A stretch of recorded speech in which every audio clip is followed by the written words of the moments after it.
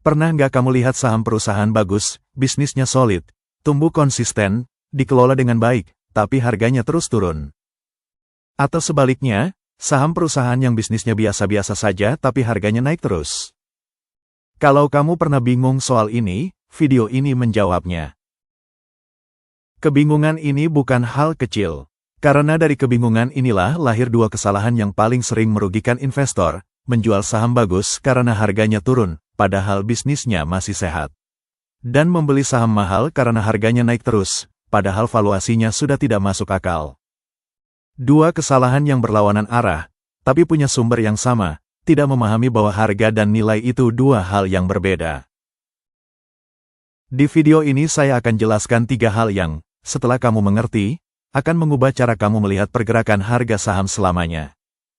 Pertama, kenapa harga dan nilai itu berbeda? Kedua, kenapa perbedaan itu bisa berlangsung sangat lama?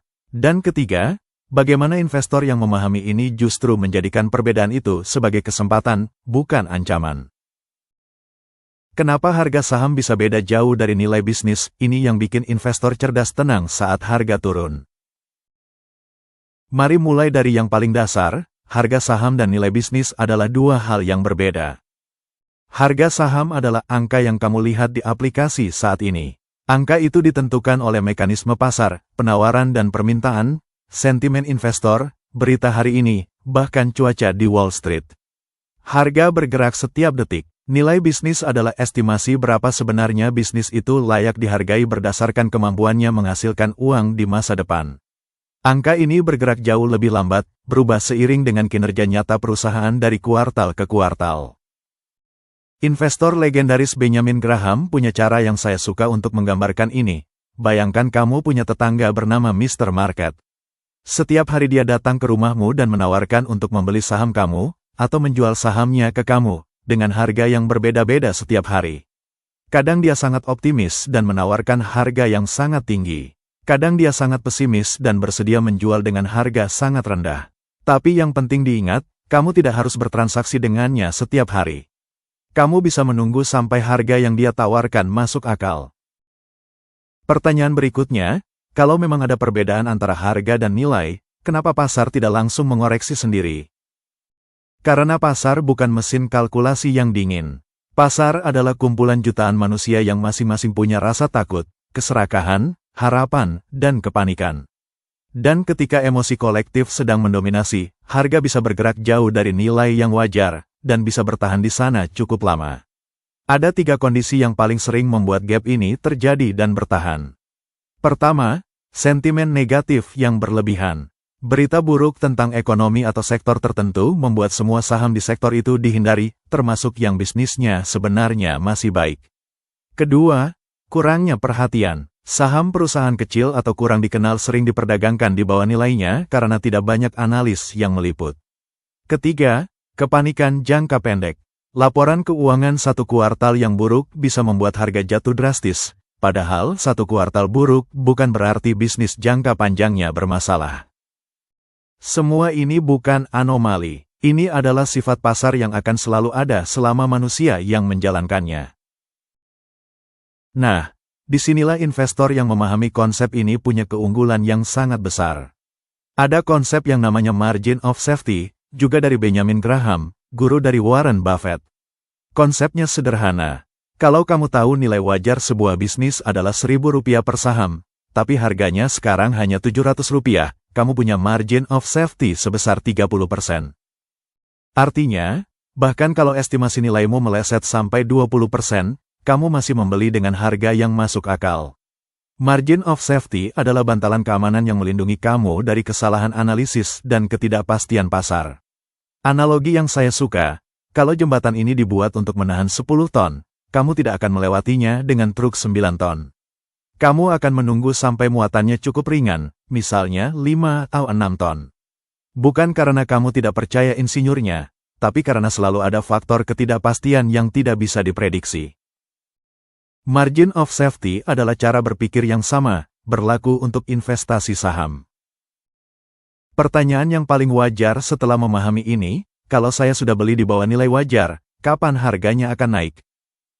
Jawaban jujurnya, tidak ada yang tahu persis. Tapi sejarah menunjukkan bahwa dalam jangka waktu yang cukup, biasanya beberapa tahun, bukan beberapa minggu, pasar cenderung mengenali nilai bisnis yang sesungguhnya. Ada 3 katalis yang paling sering membuat gap itu menutup. Pertama, kinerja bisnis yang konsisten. Kalau perusahaan terus melaporkan pertumbuhan pendapatan dan laba yang baik, pasar akhirnya tidak bisa mengabaikannya. Kedua, perubahan sentimen. Sektor yang sebelumnya dihindari bisa kembali diminati ketika kondisi makro berubah.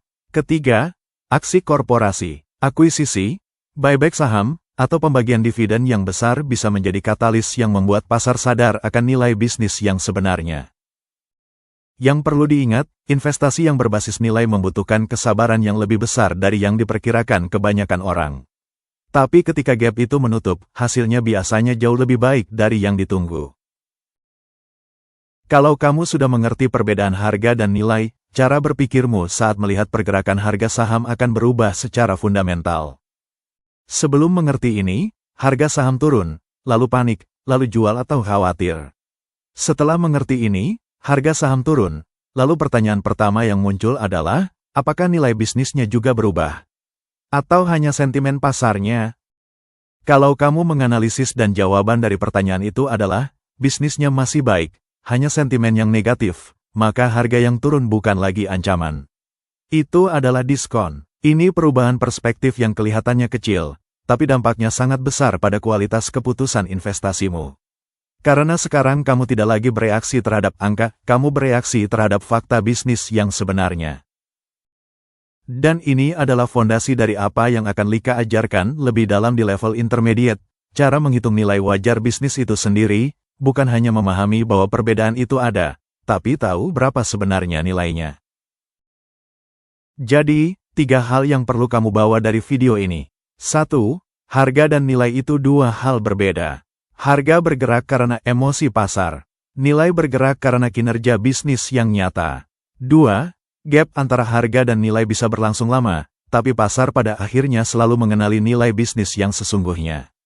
3. Investor yang memahami ini menggunakan gap itu sebagai kesempatan dengan konsep margin of safety, beli di bawah nilai wajar untuk memberikan bantalan dari ketidakpastian.